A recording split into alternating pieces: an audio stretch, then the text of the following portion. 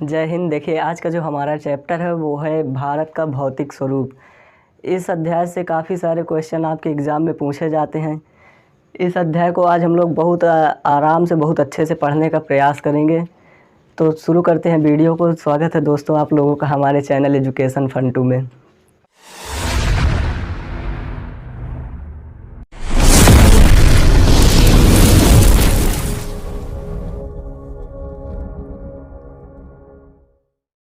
चलिए देखिए, बात करते हैं कि भौतिक स्वरूप का मतलब क्या होता है।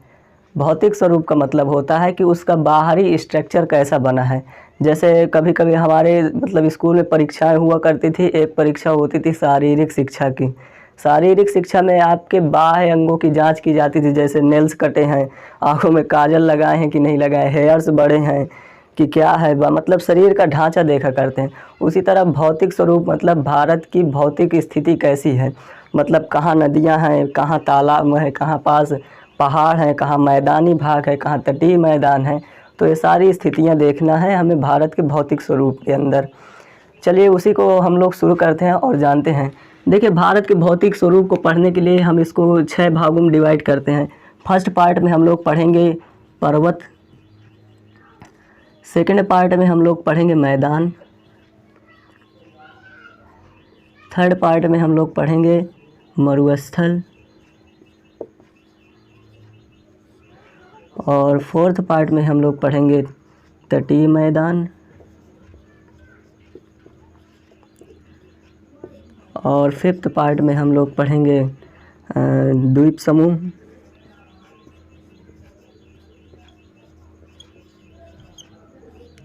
नहीं यहाँ द्वीप समूह की जगह पहाड़ कर दीजिए, पहाड़ ठीक रहेगा। सिक्स पार्ट में हम लोग पढ़ेंगे द्वीप समूह, सबसे लास्ट में द्वीप समूह। इन 6 क्रमों में हम लोग पूरे भारत के बाह्य स्ट्रक्चर को देखेंगे। तो चलिए सबसे पहले हम शुरू करते हैं पर्वत से। पर्वत से हम शुरू करते हैं। तो आप लोग जानते हैं कि भारत के उत्तर पश्चिम से लेकर पूर्वोत्तर भारत में एक जो श्रृंखला है उसको हम लोग हिमालय पर्वत के नाम से जानते हैं। हिमालय पर्वत कुछ ऐसा है।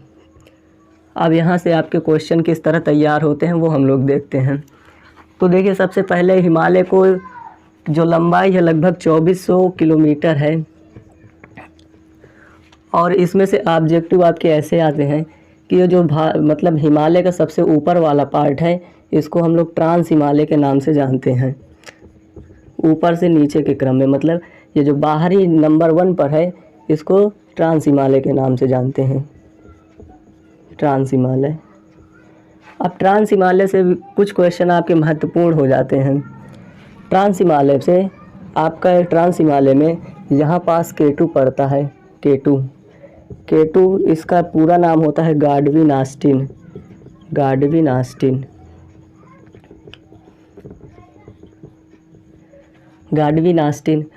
और यहीं पास आपका इसी श्रृंखला में काराकोरम और लद्दाख इसी में पड़ता है। K2 ये अब तो भारत में ही है। भारत के देखिए ध्यान से, यहाँ पास ये वाला पार्ट और ये वाला पार्ट, इस पार्ट को हम लोग पीओके के नाम से जानते हैं, पीओके। और इस वाले पार्ट को अक्साई चीन के नाम से जानते हैं,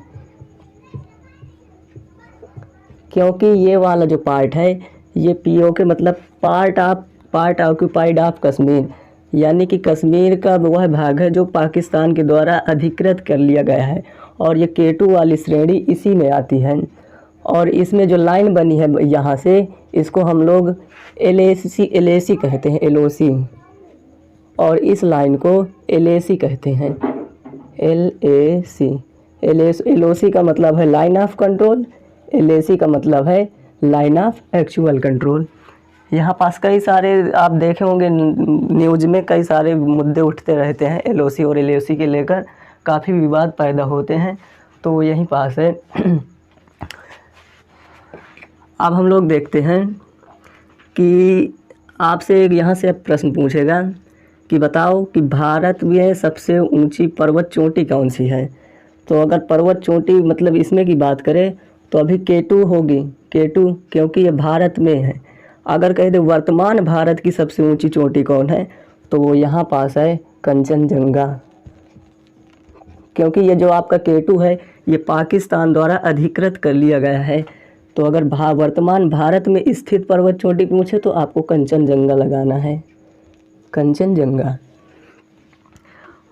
और यहाँ से आपके लगभग सारे क्लियर हो जाएंगे। अब देखते हैं दूसरा, ट्रांस हिमालय के बाद दूसरा हिमालय है बृहद हिमालय। बृहद हिमालय या महान हिमालय या सर्वोच्च हिमालय, हिमाद्री हिमालय, महान हिमालय, सब इसी हिमालय को कहते हैं। तो सबसे बृहद हिमालय या सर्वोच्च हिमालय, बृहद या सर्वोच्च हिमालय, ये दूसरी पार्ट है, ये दूसरा पार्ट है। अब देखते हैं यहाँ से, यही वो पार्ट है जिसमें मतलब ऊंचे ऊंचे पर्वत हैं, मतलब ऊंची ऊंची पर्वत चोटियाँ हैं। इसी पार्ट में बहुत सारे ग्लेशियर हैं, इसलिए इसी को मतलब हिमाद्री हिमालय के नाम से भी जानते हैं। यह वह पार्ट है जो सबसे ऊंचा है।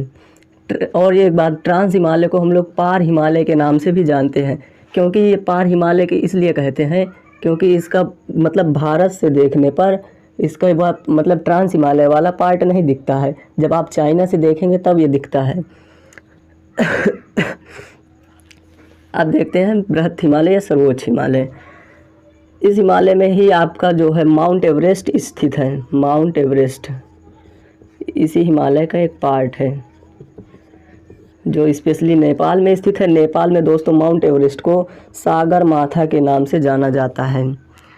और देखते हैं इसके बाद है बृहद हिमालय, सर्वोच्च हिमालय के बाद है आपका बृहद मतलब ट्रांस हिमालय हो गया, बृहद हिमालय हो गया। अब होता है एक मध्य हिमालय, मध्य हिमालय। फिर आपका आता है शिवालिक हिमालय, शिवालिक हिमालय। इसी शिवालिक हिमालय में आपका देहरादून का दून और हरिद्वार और जितने भी पर्यटन स्थल हैं वो सारे शिवालिक हिमालय में ही स्थित हैं। आप देखते होंगे ब्याह के बाद ससुरा सब भगा ले जाते हैं, मनाली घुमाने लेकर चले जाते हैं, तो सब मनाली शिवालिक हिमालय में है। आप देखते हैं ये पर्वत हम लोग देख चुके हैं। आप देखो यहाँ से मतलब क्या होता है, ये हो गया ऊपर से नीचे। अब इसको मतलब नदियों के हिसाब से भी कुछ भागों में बांट देते हैं। पहला यहाँ मतलब सिंधु नदी से सतलज नदी के बीच तक के हिमालय को हम इसको पंजाब हिमालय या कश्मीर हिमालय कहते हैं। इसको इरेज कर देते हैं। जो आपका सिंधु नदी से सतलज नदी के बीच का हिमालय है इसको पंजाब हिमालय या कश्मीर हिमालय के नाम से जानते हैं। और सतलज नदी से काली नदी के मुहाने तक के हिमालय को हम लोग, सतलज नदी से काली नदी के हिमालय तक को कुमाऊं हिमालय कहते हैं। कुमाऊं हिमालय। इसके बाद काली नदी से जो आपकी तीस्ता नदी है इसके बीच को, इस वाले पार्ट को नेपाल हिमालय के नाम से जाना जाता है। नेपाल हिमालय। अब देखिए जो आपकी तीस्ता नदी है और यहाँ बॉर्डर में दिहांग नदी है जिसको ब्रह्मपुत्र नदी के भी नाम से जाना जाता है। इस वाले हिमालय को हम लोग जानते हैं असम हिमालय, असम हिमालय। ये देखिए नदियों के हिसाब से बांटा गया है और वो लाइनबद्ध एक क्रम से बांटा गया है ट्रांस हिमालय, और ये नदियों के हिसाब से है, तो इसको भी आप लोग याद रखिए। अब आइए देखते हैं, हम लोग पर्वत देख चुके, अब हम लोग पढ़ते हैं मैदान के बारे में। चलिए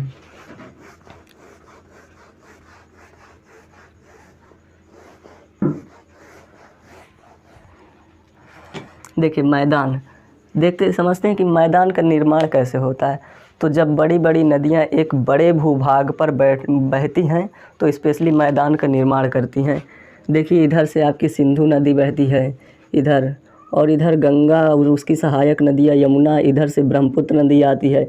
तो ये बहुत सारे अपने साथ अवसाद लाती हैं जिसके कारण मैदान का निर्माण होता है। यहीं पास उत्तर का मैदान है। अब देखिए इसमें से भी आपके प्रश्न पूछे जाते हैं तो उसको देखते हैं। और यह मैदान काफ़ी ज़्यादा उपजाऊ होता है और कृषि के लिए मतलब बहुत ज़्यादा उपयोगी होता है। कृषि में इसकी भूमिका अधिक होती है क्योंकि इस मैदान में जलोढ़ मिट्टी पाई जाती है, जलोढ़ मिट्टी। और जलोढ़ मिट्टी में भी एक खादर होता है और एक बांगर। पुरानी जलोढ़ मिट्टी को खादर कहते हैं और नई जलोढ़ मिट्टी को बांगर कहते हैं। अब देखिए मैदान के बाद हम पढ़ते हैं मैदान के बाद चलो तटीय मैदान पढ़ते नहीं, मरुस्थल पढ़ते हैं। चलो मरुस्थल। अब देखिए मरुस्थल के बारे में पढ़ते हैं। देखिए मरुस्थल वह पार्ट होता है जहाँ पास तापांतर बहुत अधिक होता है। स्पेशली भारत में ये जो राजस्थान का एरिया है और कुछ पाकिस्तान का एरिया है, इसको हम लोग मरुस्थल कहते हैं। यहाँ पास कटीली झाड़ियाँ और मतलब बबूल के पेड़, ऐसे पेड़ ज़्यादा पाए जाते हैं और यहाँ पास बहुत ज़्यादा तापांतर देखा जाता है। तो इस वाले पार्ट को हम लोग थार मरुस्थल के नाम से जानते हैं। भारत का सबसे बड़ा मरुस्थल थार मरुस्थल, ठीक है। अब देखिए हम लोग मरुस्थल के बाद पढ़ते हैं हम लोग तटीय मैदान। तटीय मैदान, तटीय मैदान हम लोग पढ़ लेते हैं। तटीय मैदान आप लोग जानते हैं कि भारत के पूर्व में बंगाल की खाड़ी है, इधर बंगाल की खाड़ी है, बे ऑफ बंगाल की खाड़ी है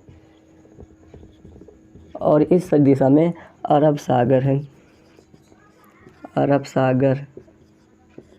तो तटीय मैदान का मतलब होता है वह प्रदेश, वह स्थान जो समुद्र से सटा हुआ है, उसको हम लोग तटीय मैदान के नाम से जानते हैं।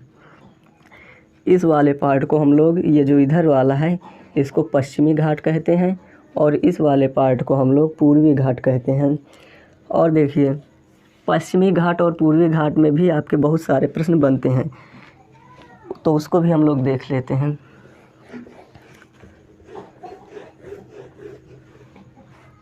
दोस्तों यहाँ गुजरात से लेकर जो आपका लास्ट वाला पार्ट है कन्याकुमारी, इस वाले बीच की लंबाई 1600 किलोमीटर है। अब यहाँ से आपके क्वेश्चन तैयार होते हैं। देखिए जो आपका पश्चिमी घाट है ना, इसकी लंबाई मतलब ऊंचाई ज़्यादा है पूर्वी घाट की तुलना में। इसका यही कारण से इस वाले पार्ट में वर्षा ज़्यादा होती है और इस पार्ट में वर्षा कम होती है क्योंकि इधर की ऊंचाई ज़्यादा है। और देखिए और इस क्षेत्र में ज़्यादा जनसंख्या, मतलब जो तटीय मैदान है वो यहीं पास ज़्यादा मात्रा में जनसंख्या पाई जाती है। यहाँ कम होती है लेकिन यहाँ तटीय मैदान में ही ज़्यादा होती है क्योंकि उनको आराम से, फिर यहाँ अगर तटीय मैदान है तो इधर बाह्य जलयान आते हैं, काफ़ी ज़्यादा बंदरगाह बने गए हैं, जैसे बहुत सारे बंदरगाह यहाँ पास तैयार किए जाते हैं, तो इनको व्यापार करने में काफ़ी ज़्यादा लाभ होता है। तो ज़्यादा से ज़्यादा जनसंख्या हमारी तटीय मैदान में ही है। अब देखिए इस वाले पार्ट को भी 3 भागों में, इस पार्ट के अध्ययन को भी 3 भागों में डिवाइड किया गया है। गुजरात से जो आपका गोवा तक के भाग हैं, इसको हम लोग कोंकण तट के नाम से जानते हैं, कोंकण तट के नाम से जानते हैं। और जो गोवा से लेकर आपका कर्नाटका तक का पार्ट है, इसको हम लोग केनरा तट कहते हैं। याद रखिए दोस्त, केनरा तट। और जो आपका कर्नाटक से लेकर इधर लास्ट वाला पार्ट है कन्याकुमारी तक पर, इसको हम लोग मालाबार तट कहते हैं, मालाबार तट। और दोस्तों यहाँ से लेकर कृष्णा नदी के मुहाने तक के पार्ट को, कृष्णा नदी की तक के मुहाने वाले पार्ट को कोरोमंडल तट कहते हैं, कोरोमंडल तट। और कृष्णा नदी से लेकर गोदावरी नदी तक के मुहाने को वाले तट को गोलकुंडा तट कहते हैं। 1-2 बार देखिए दोस्त, आपको आराम से याद हो जाएगा। और देखिए गोदावरी नदी से लेकर इधर लास्ट वाले तक, मतलब यहाँ से बिल्कुल इस वाले पार्ट को उत्तरी सरकार के नाम से जानते हैं, उत्तरी सरकार। तो इस तटों को भी आप याद रखिए।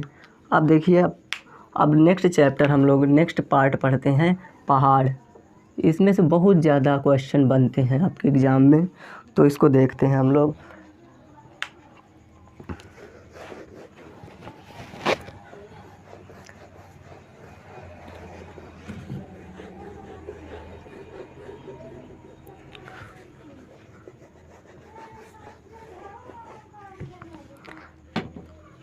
देखिए दोस्तों, हमने पढ़ लिया है कि इस पार्ट को पश्चिमी घाट बोलते हैं, इस पार्ट को पूर्वी घाट बोलते हैं। ये दोनों पार्ट जहाँ आकर मिल जाते हैं एक दूसरे के, वहाँ दोस्तों तमिलनाडु में मिलते हैं। ये तमिलनाडु में एक दूसरे से मिल जाते हैं और यहीं पास आपकी स्थित है नीलगिरी की पहाड़ी। याद रखिए दोस्तों, ये जहाँ दोनों, कई बार क्वेश्चन पूछा गया है कि बताइए जहाँ पश्चिमी घाट और पूर्वी घाट मिलते हैं वहाँ कौन सी पहाड़ी है, तो नीलगिरी की पहाड़ी है। नीलगिरी की पहाड़ी है, नीलगिरी की पहाड़ी। और इस नीलगिरी पहाड़ी की सबसे जो ऊंची पर्वत चोटी है उसको हम लोग डोडा बेटा के नाम से जानते हैं। याद रखिए दोस्तों ये क्वेश्चन, और यह दक्षिण भारत की दूसरी सबसे ऊंची चोटी है। कई बार क्वेश्चन पूछा गया है कि बताइए दक्षिण भारत की सबसे ऊंची चोटी का नाम, तो डोडा बेटा है। और दोस्तों इसी के दक्षिण में एक स्थित है अन्नामलाई की पहाड़ी, अन्नामलाई की पहाड़ी। और उसकी सबसे ऊंची चोटी जो है उसका नाम है अन्नेमुड़ी, और ये दक्षिण भारत की सबसे ऊंची चोटी है अन्नेमुड़ी। अब आप लोग देखिए ध्यान से,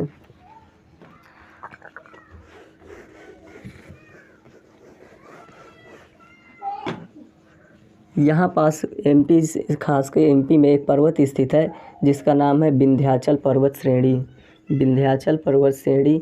और दोस्तों आप जानते हैं कि यह विंध्याचल पर्वत श्रेणी भारत को ही दो भागों में डिवाइड करती है। इसके ऊपर वाले पार्ट को उत्तर भारत, नीचे वाले पार्ट को दक्षिण भारत के नाम से जानते हैं। और दोस्तों यहाँ पास आपके महाराष्ट्र में दक्कन का पठार स्थित है, और यहाँ पास सबसे प्राचीन पर्वत श्रेणी, मतलब सबसे प्राचीन पर्वत स्थित है जिसको राजस्थान में अरावली पर्वत श्रेणी, अरावली पर्वत श्रेणी आपकी राजस्थान में स्थित है, और यह विश्व की सबसे प्राचीन पर्वत श्रेणी है। और दोस्तों इसकी जो सबसे ऊंची चोटी है अरावली की, वो आपके माउंट आबू के पास स्थित है, गुरु शिखर के नाम से जानते हैं उसको। इसकी सबसे ऊंची चोटी अरावली की गुरु शिखर है। और दोस्तों यहाँ पास देखिए आपका आप जानते हैं कि इधर से आपकी नर्मदा नदी और ताप्ती नदी बहती है, और नर्मदा और ताप्ती नदी के बीच में ही जो पर्वत श्रेणी पाई जाती है उसको हम लोग सतपुड़ा पर्वत रेंज कहते हैं, सतपुड़ा पर्वत रेंज। और इस सतपुड़ा पर्वत रेंज की सबसे जो ऊंची चोटी है उसको धूपगढ़ी कहते हैं। और दोस्तों सतपुड़ा के पास ही आपकी एक पहाड़ी स्थित है जिसको कहते हैं मैकाल की पहाड़ी, मैकाल की पहाड़ी, मैकाल की पहाड़ी। और इसी मैकाल की पहाड़ी की सबसे ऊंची चोटी है अमरकंटक, अमरकंटक। और दोस्तों यहीं अमरकंटक से नर्मदा नदी निकलती है जो स्पेशली मध्य प्रदेश में स्थित है, मध्य प्रदेश और छत्तीसगढ़ के लगभग बॉर्डर में आता है। और दोस्तों यहाँ पास लेकिन जो इम्पॉर्टेंट है, जो पूछा जाता है उसको हम लोग देखते हैं। तो स्पेशली यहाँ से जो क्वेश्चन पूछे जाते हैं वो झारखंड में स्थित है एक छोटा नागपुर का पठार, छोटा नागपुर का पठार। दोस्तों झारखंड में एक पर्वत स्थित है छोटा नागपुर का पठार।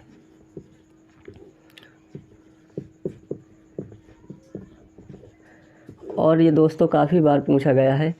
इस छोटे नागपुर की पठार की विशेषता यह है कि यह खनिज के लिए बहुत ज़्यादा उपयोगी है, मतलब खनिज वाला क्षेत्र है खासकर, इसीलिए इसको भारत का रूर कहा जाता है, रूर। ये काफ़ी बार पूछा गया है दोस्तों कि वह प्रदेश कौन सा है जिसे भारत का रूर कहा जाता है, तो वो झारखंड है। क्यों कहा जाता है? क्योंकि यहाँ खनिज की अधिकता है, छोटा नागपुर का पठार है। और यहीं पास आगे चल के आपके मेघालय में तीन पर्वत मिलते हैं जिनको गारो, खासो और जयंतिया, ये तीन जनजातियाँ होती हैं, इन्हीं के नाम से पर्वतों का नाम भी पड़ा है, गारो, खासो, जयंतिया। तो लगभग हमने जो पूछ सकता है उसको हमने देख लिया है। अब हम लोग पढ़ते हैं नेक्स्ट अपना पार्ट, तो इसको इरेज कर दें।